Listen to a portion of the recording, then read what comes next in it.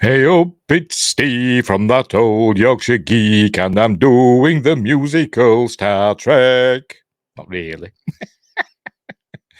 Hey up, it's Steve from that old Yorkshire geek, and we're doing a live version. My hair's all going mad. Sorry.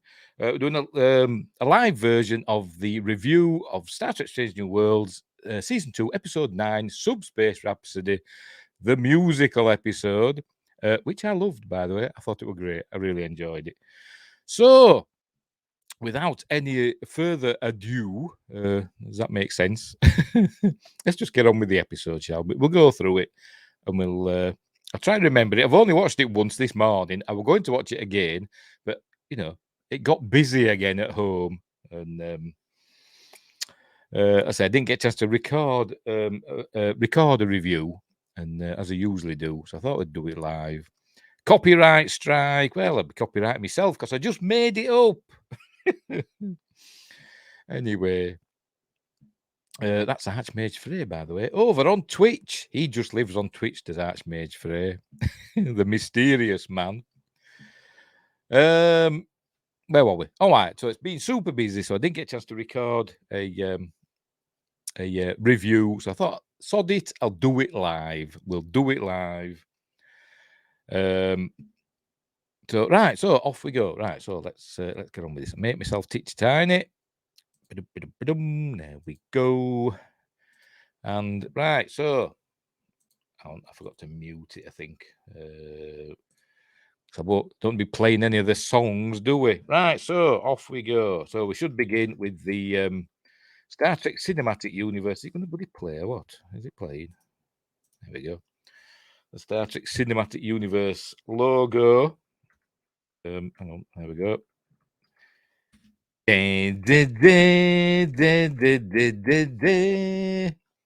I'm no wind grace, Could hold a tune in a bucket.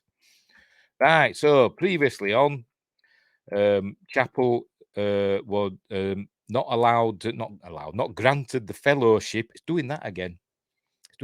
Is thingamabob, StreamYard saying my Wi-Fi or my connection's not right good. But it says excellent connection on YouTube.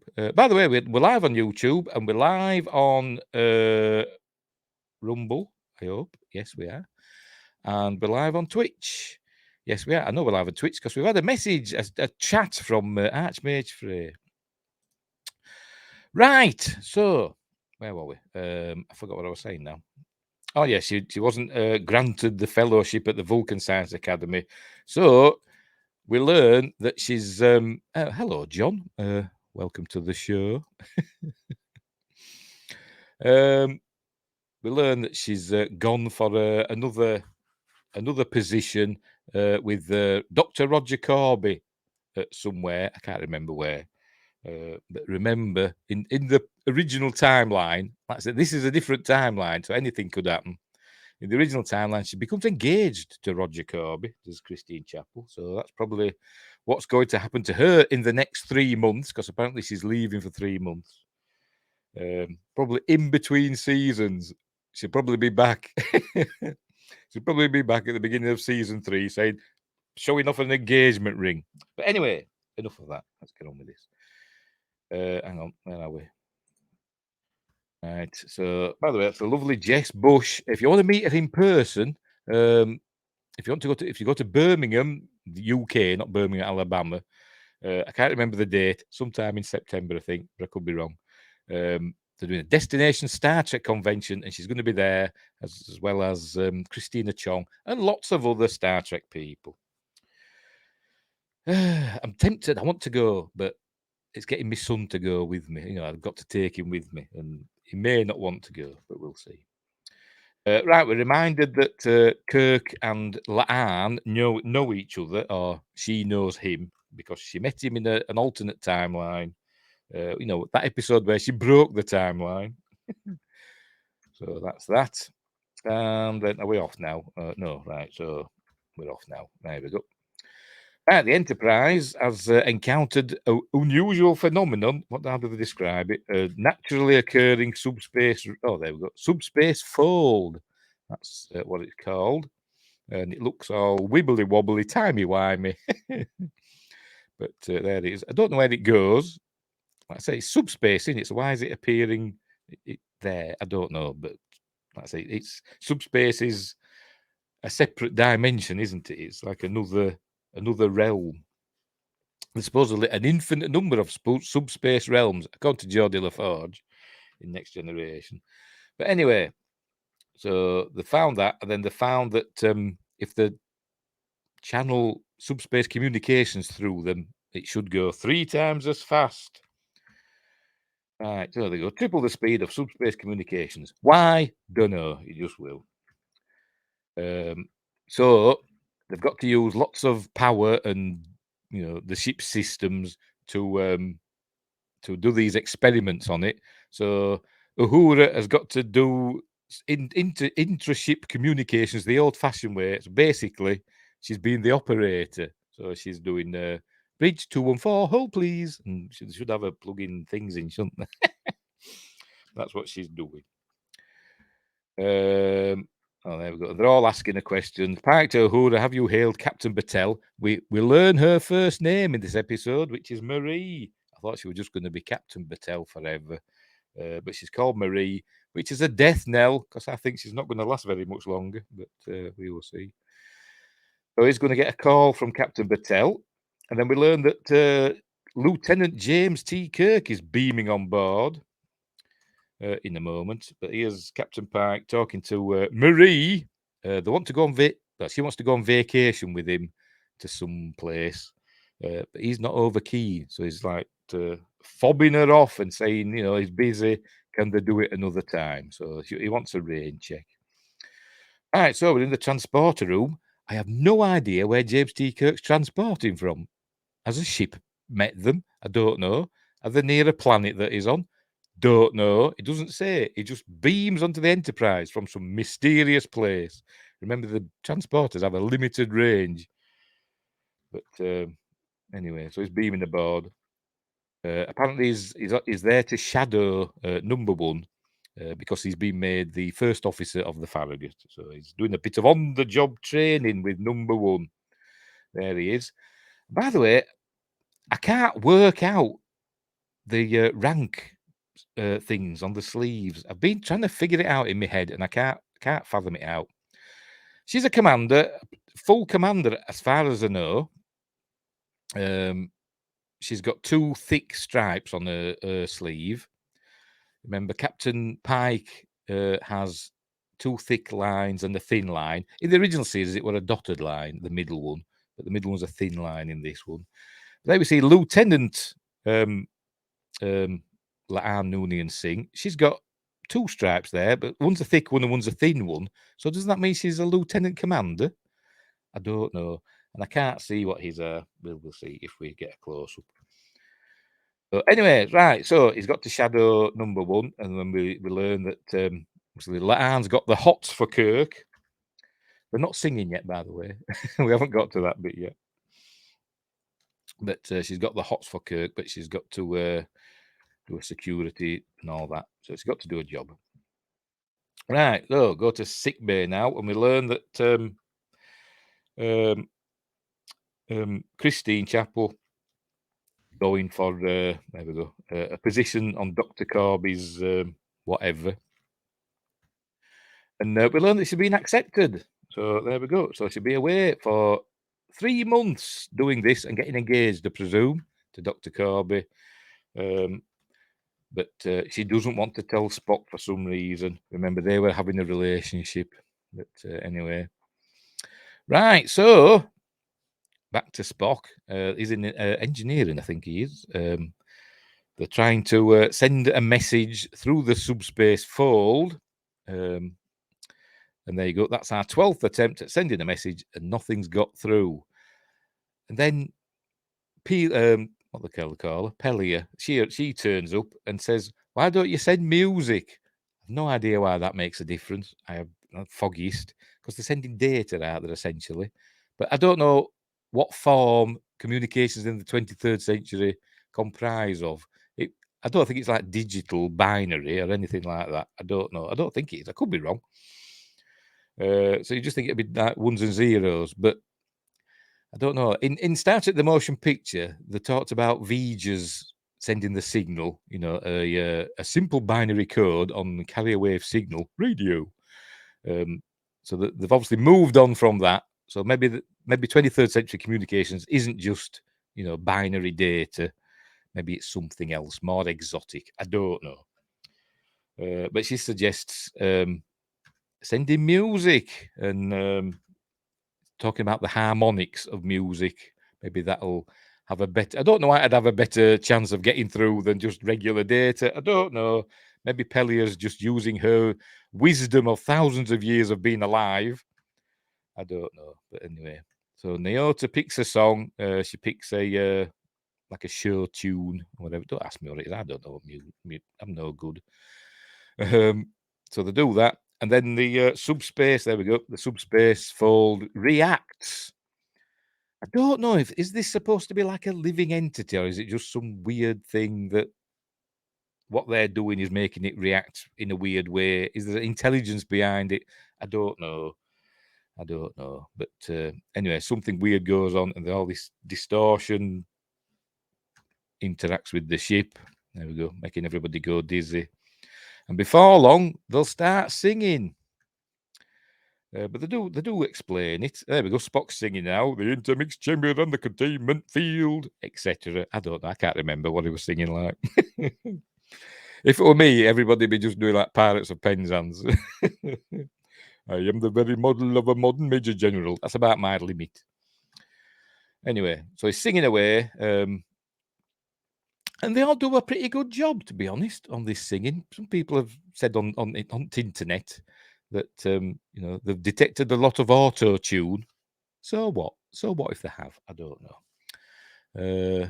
But just make sure we're still going, because my computer's been acting up. My new computer arrived today, so if you watch the unboxing, I'll be, hopefully, fingers crossed, I'll be setting all that up tomorrow. I'm waiting for some more memory to arrive. I'm boosting its memory a bit, this new computer.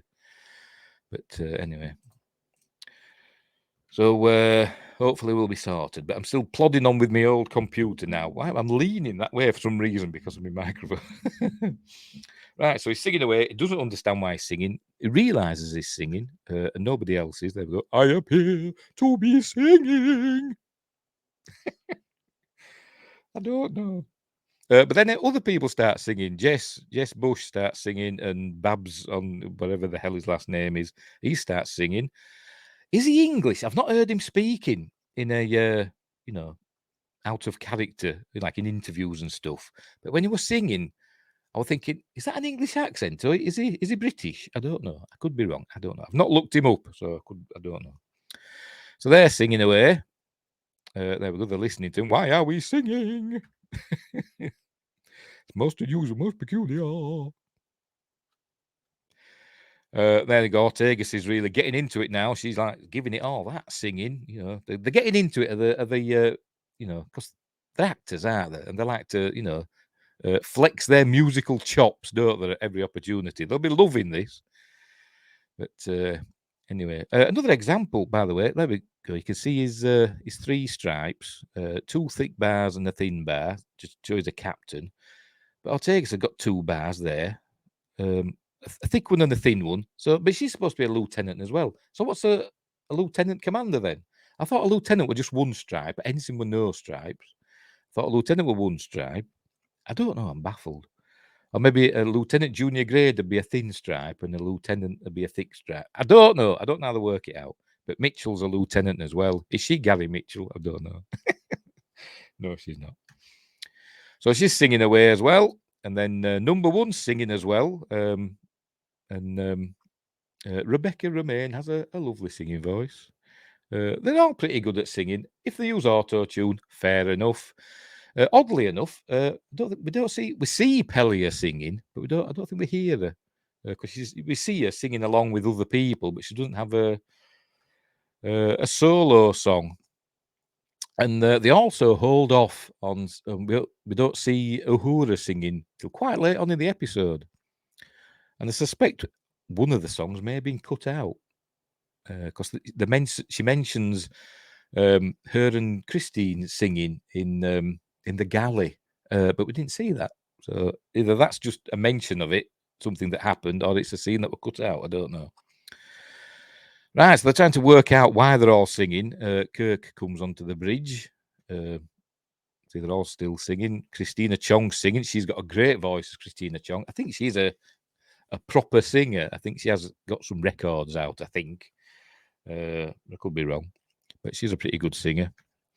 They're all at it. There we go. We appear to be singing the most confounding thing. I'm getting it all wrong. I know, I don't care. Is she singing there? Oh, she is. Yeah, we saw her. Yeah, but she doesn't get a song to herself until later on. Right, so then we start with the finally onto the opening credits. Finally, and they've changed this up a bit. A bit of a missed opportunity. They didn't have him singing the Space, the Final Frontier thing, which they should have done, shouldn't they? Space, the Final Frontier. Shouldn't they? Should have done that, shouldn't they? But they didn't. And they also could have used the lyrics for the Star Trek song. I think Gene Roddenberry wrote some lyrics for it. I think it was released as a record. I think Nichelle Nichols released it. So why didn't they use that? Don't know. They just have like a choir going la la la la la la la la, giving it all that. But yeah, missed opportunity there. I'm sure Robert Marbinet will be kicking off about that. Anyway, music by Nami Melumad. Right, so that's who's responsible for this musical episode, I guess. Right, so off we go into the episode. I still wish they'd put episode titles on. I do. I wish they would. Like proper Star Trek. Lower Decks. I'm starting to enjoy Lower Decks. Oh my God. Who'd have thunk it? There you go, Kirk singing. He sang too. So the Spock quickly surmises what's going on. He gets to the bottom of it. There we go, quite quickly. It's a quantum uncertainty field. So you think like the was it the Heart of Gold might pop up at any time. Is that no? That's the infinite improbability drive, isn't it? Not uncertainty. It's a quantum uncertainty field. So they use they've got a plan to use the Heisenberg compensators from the transporters to seal the rift and through the deflector dish, fire a beam from the deflector dish using the Heisenberg compensators to do something, quasi-scientific. And by the way, the reason they're all singing is because basically another universe is leaking through. They're kind of mixing up like the quantum realm and the many worlds theories, where there's like an infinite number of universes and where anything can happen. So there's a universe where everybody sings everything, and that's kind of leaking through and making people sing. But they're not just singing willy-nilly randomly. We find out that they're singing when the emotions are heightened and stuff like that. That's when they burst into song. Also, music. Music is heard. They say, "Where's that music coming from?" So they can hear the music as well. They're not just singing. Just us, the viewers, can hear the music. They're hearing it as well. So anyway, what they're going to do, they describe it as a zipper. So they're going to zip it back up using, jiggery pokery from the Heisenberg compensators and the deflector array. But obviously it doesn't work. But anyway. There we go. That's when they talk about the quantum realm. That's why they're all singing. And then La'an says, I hope we're not gonna all turn into bunnies. And Dr. Mabenga says, I would prefer not to be a bunny either. Right. So there we go. They're using it to close the field. So off they go. Now this is Uhura checking the communications logs, and then we see that Dr. Corby's sent a message to Christine Chapel, and Spock sees it, and says, "Oh, I presume that she's been accepted. Why hasn't she told me? I don't know, but because they've kind of fallen out, but not really. So anyway, what else have they got? While we're here, let's have a look. USS Farragut, outgoing message from the transporter chief. Probably just saying we've received Lieutenant Kirk. It should have shown the USS Farragut pulling alongside, shouldn't it, and beaming beaming Kirk over. Internal USS Enterprise transporter, outgoing message, Lieutenant Una. That'll be about Kirk. Outgoing message from Christine Chapel. Dunno. Enterprise engineering outgoing. These will be all just it's internal, isn't it? Internal communications, and they're two external ones. On an external one, USS Cayuga, Captain M. Battelle, outgoing hail. But anyway, right. So where were we? Spock asks Uhura if what were the contents of the message, and she says, "I can't tell you that." And he says, "Of course, that would be unethical." By the way, we're not seeing Spock laugh or do any that sort of stuff, but we do see him get a little bit emotional in this episode. But that's understandable. And he does reference it. Right, so they're doing the harmonics data to go through the deflector array and the Heisenberg compensators. There's Kirk helping Una. He's got to go to the transporter room next, I think. I think they're going to sing in a minute. Yes, they are. So yeah, they're going to start singing about Una and the way she's kind of misunderstood. People think she's aloof, but she doesn't want to be. She wants to sing in front of everybody. That's what she wants. There we go, to regale them all with her renditions. That's what she wants to do. But so there we go. There you go. And Kirk's singing along as well. La'an's watching, kind of being a little bit jealous, I think. But anyway. Oh, yes, that's what she's watching. And Una is sort of like telling all her releasing all her emotional baggage, basically. And La'an suspects that this field from the subspace fold could essentially be a security risk, because people could be, when they start singing, they could be telling all sorts of secret information about themselves or about the Enterprise, and not be aware that they're doing it, or not be able to help saying all this stuff. But then she starts singing. She gets back to her quarters.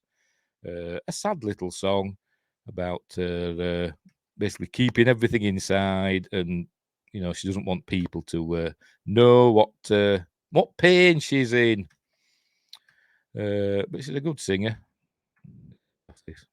I did like the songs in this for the most part, by the way, and I did like the episode. She's not dreaming, but imagining being in a relationship with Kirk, and I suspect she's going to disappear at some point. Is La'an. I think it'll wait till right to the end of when Strange New Worlds finishes. But I think she's going to disappear from history myself. I think they're going to write her out of history, because they keep mentioning, mistakes and stuff to do with time and all that, and erasing things. And I think she's going to be erased from history, which is why Kirk doesn't know her in the original series. As I said, it's another timeline. Maybe this is how they'll fix it all, so that all that stuff before, with Khan and all that being in 2022 as a kid, I think that's not going to happen. It's going to all get reset. By the way, there she is. Look, thick stripe and a bit. I'm sorry to keep going on about these, but I want it explained to me. By the way, that's the watch that I think that's Kirk's watch from when they went to the 21st century, I think. Anyway, she's singing away. Like all the others, she's belting it out because she's a proper singist, is Christina Chong. But here she's telling Captain Pike that it could be a security risk, and she's worried that people might say the wrong thing when they're singing. Right, so there's Kirk and somebody else, I can't remember who, sorting out the transporters. Oh, it's his brother Sam. It's his brother Sam Kirk. See, he's just got one stripe, look. So he's definitely a lieutenant. Kirk's just got one stripe as well, look. So he's Lieutenant Kirk. So all the ones on the Enterprise, are they lieutenant commanders? I am baffled. I am baffled by this. Anyway, so off they goes. They beam the thing into from the deflector dish, and it doesn't work, obviously. There we go. There's a big goof, and they've made it worse, basically. But they don't find out yet because Captain Battelle calls from the USS Cayuga, and they start singing about having a private conversation on the bridge. And she started singing as well. So it's spreading. So they're singing to each other, going on about private conversations.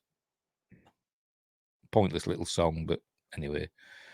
What's the face? La'an hangs up, basically, before they can embarrass themselves even more, because he even ends up on his knees. Because she's telling him that, you always do this, you run away from stuff and all that. But then we learn in here that they're all the ships in the Federation network, they're all starting to sing. So we've got the Lexington there, the Congo with a K, yay! We've got that one there, the Republic. What else? Farragut, Enterprise. The Farragut and Enterprise, so it was nearby. So the Farragut must have dropped off Kirk, but it didn't say. It just said he would arrive, and it didn't say, what were happening. But anyway. And we learn it actually goes beyond the Federation in a bit. But so anyway, we're talking about how they're confessing their deepest emotions, and it's all to do with when their that emotions are heightened. So they've got to find a way to stop it. But they're talking about if they could isolate and transport part of the subspace fold and do tests on it. Because they suggested basically shooting it with photon torpedoes, but so that could make things worse. Could like destroy everything.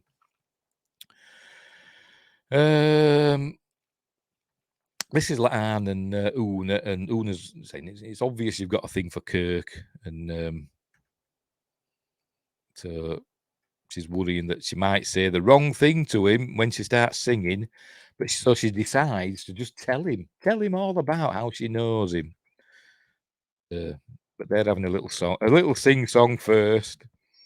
And for some reason, she turns off the grav plating, so they do a bit of floating, as we'll see. They're singing as well.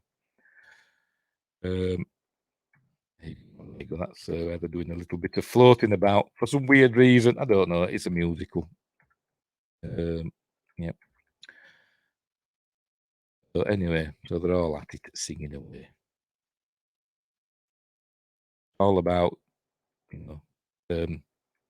saying what's in your heart. You say what's in your heart when you're singing, don't you? So here we go. I think this is where she tells him soon.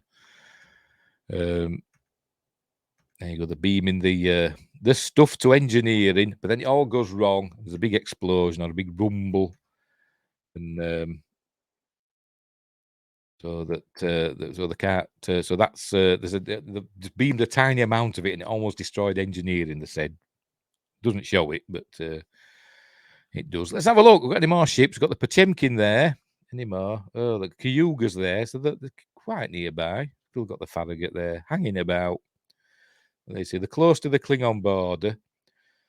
By the way, the Klingons do arrive later on. We'll get to that. There's a cool little map. I must admit, I do like it, showing the neutral zone, the Klingon neutral zone, bordering the Klingon Empire. Right, getting a hail. I think this is a hail from the Klingons. I think it might not be. I don't know. Oh no, yes, it is. It's from the Klingons. There we go. Cool looking Klingons. I must admit. I think actually these Klingons are the best looking Klingons I've seen on this show so far. With an eye patch. Is this J.G. Hertzler? Because I'm sure I saw his name on the end credits. I'm sure I did. We'll see when we get there. So is this Martok? Is this a ancestor of Martok? I don't know. Is that the House of Martok crest? I couldn't tell you. So we learn that they've started singing, and they call it a big, it's a huge dishonor because obviously Klingons. Why don't Klingons like singing? Don't listen to Klingon opera. We've heard Worf sing Act 2 on Melota, haven't we? We've heard that. So Klingons do like singing. So maybe they just didn't like what they were singing. So they're on the way now to take it out on the Federation, crossing the neutral zone. Basically an act of war into Federation space. But they keep saying if we shoot on them, it'll be an act of war. But they've already committed the act of war by crossing the neutral zone. But never mind. Right. So we're talking about how to take out the Klingons, and so La'an and Kirk are going to work it together again to learn how to defeat the Klingons. And Spock and Uhura have got to work out how to deal with this subspace fold thing, this musical thing going on. And this is what we're talking about. Start singing when we feel overwhelming emotion, and then the door whooshes open, and she says, "Like now," and then because they see that Christine's celebrating leaving the Enterprise for 3 months. And then Spock arrives saying, he congratulates her, and why didn't you tell me? And so then they all burst into song again.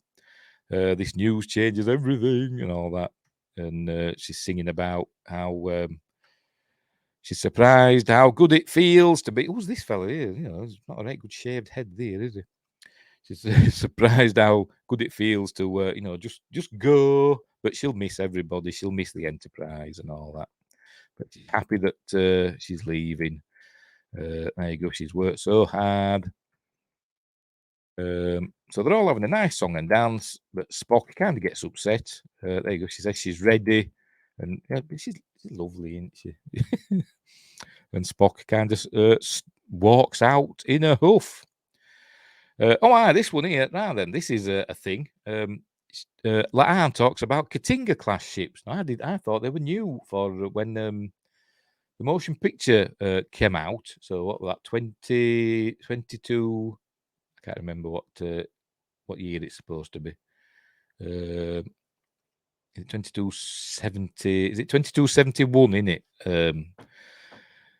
Motion picture time. And I thought the Katinga class were new then. I thought there was still, D7s were the thing, but she's calling these Katinga class. So there you go. A good old decade or more before the motion picture. But anyway, so they're trying to work out how to get through their defenses. But now she tells him all about how she knew him before. She met the alternate version of him from another timeline, and they had a connection. And basically, he died. I don't think she tells him that, but they liked each other. But then he's saying, "I'm not." He says, "I'm not that Kirk. You were a different man."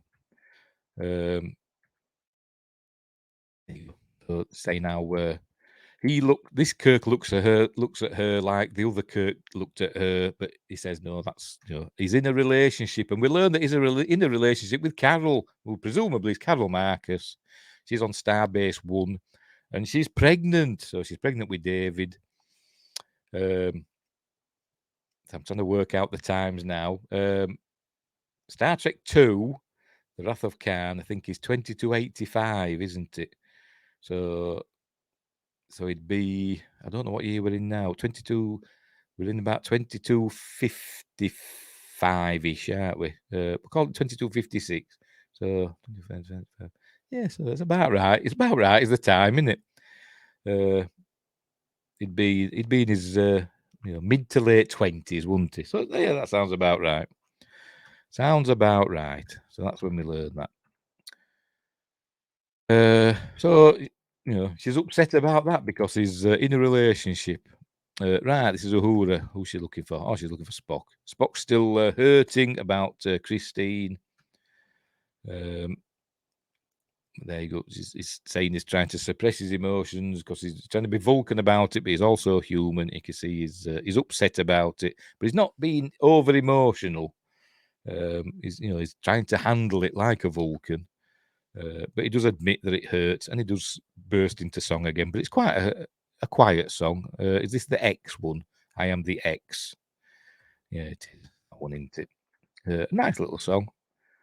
Nice little song. There you go. I solve for Y, then he learns science. He's the X. Still doing maths because it's Spock. I like science. This is the code that they're looking. They're trying to find a pattern in the code of the subspace fold. There we go.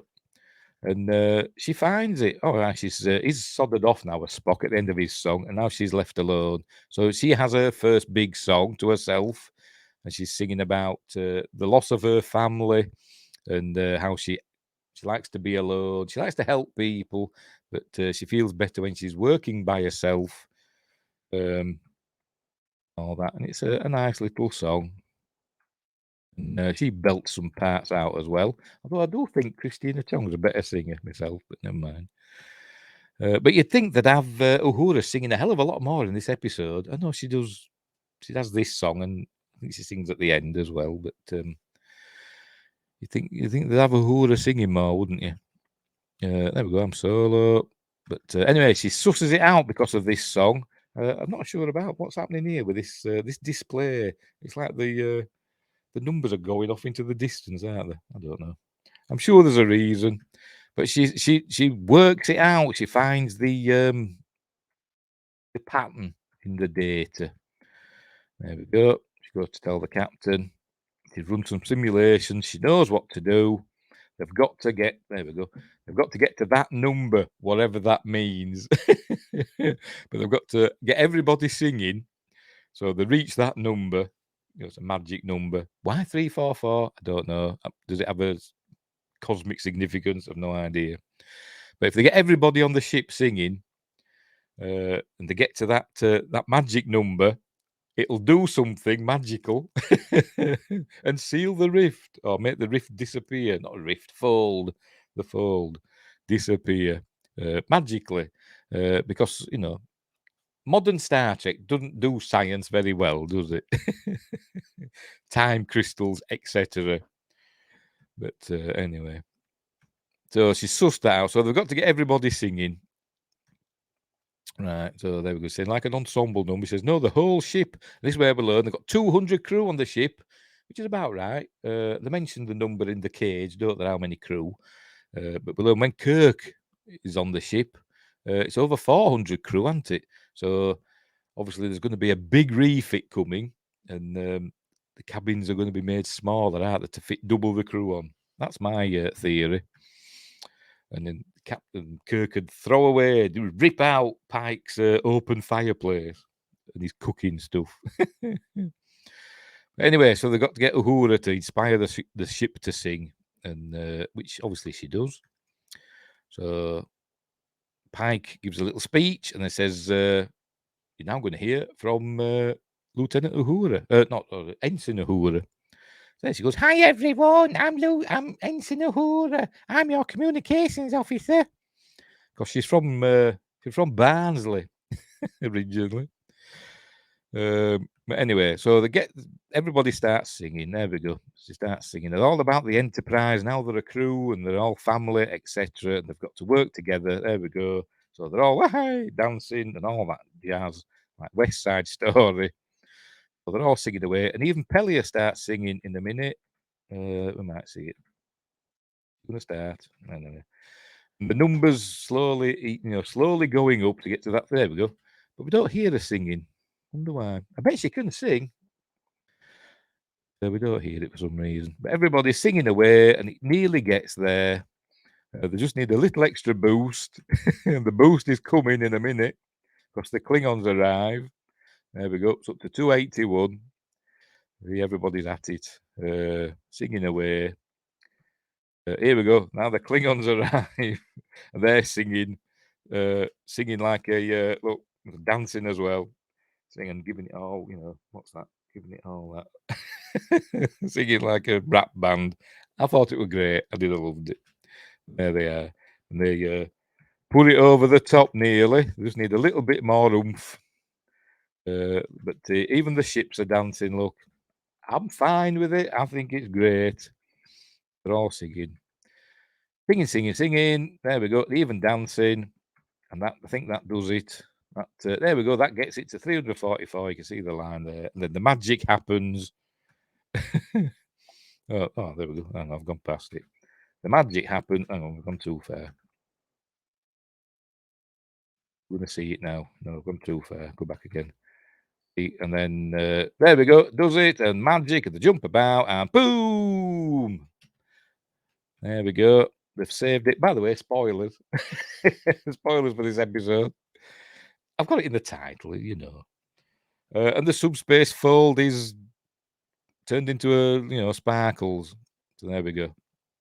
So they've saved the day, and they learn that it has worked. Nobody's singing on any other Federation ships, and Spock is sent to deal with the Klingons. Who remember have committed an act of war by crossing the neutral zone. They kind of overlook that. Spock goes and drinks some blood wine with them. Here we're learning that La'an told Kirk the truth about how she knows him, and it didn't go well. Never mind. Marie Battelle has arrived on the Enterprise. He's making a beef bourguignon, which is I don't know, beef stew. We'd call it here, I suppose. But it's French, so they'll probably put wine in it. But anyway, he's making that, and she's a bit miffed with him. There you go, because he didn't want to go to that place, and but she's saying the good news is, they can still go on holiday, but the bad news is she's to go on a top secret, not top secret, a top priority mission. I suspect, but see, they're still kissing, look, still happy. I suspect that she's gonna go off and get killed by the Gorn, because I think next week's episode is the Gorn episode, the season finale called Hegemony, and I think she's going to get topped by the Gorn, because we've learned her first name, and she's all happy with Christopher Pike, and you can't have people being too happy. So I think she's going to die. I think the Cayuga's going to get destroyed. Anyway, there we go. That's for the Klingons. Spock dealt with that with some blood wine. He came wobbling onto the bridge. What else? Then she starts singing again while she's doing her work. Uhura starts singing again, giving it all that. And they all look at her. She says, "It's an earworm." Would that be a 23rd century term, earworm? I don't know, but she says that, and that's the end of the Enterprise. End of the end of the episode. And there we go. Hang on, I want to see who. I saw J.G. Hertzler's name. Earworm. Wow. Don't want to miss the end credits. Come on, you buggers. Special guest stars. Why? And it has a special song at the end. Yes, the end of the Enterprise. No. Right, that's Melanie Scrofano. That's Battelle, isn't it? Who else we got? Oh, Bruce Horak. That's it. Not bloody J.G. Hertzler. Why have I got him on my brain? So Bruce Horak. Were he the Klingon? I don't know, because I didn't see Hemmer in it. That's who we're thinking of. And Carol Kane, yeah. Wrong Fu. That's a cool. Oh, Jenna Mitchell. Right. Wrong Fu. Oh, that's it. Why were I thinking J.G. Hertzler?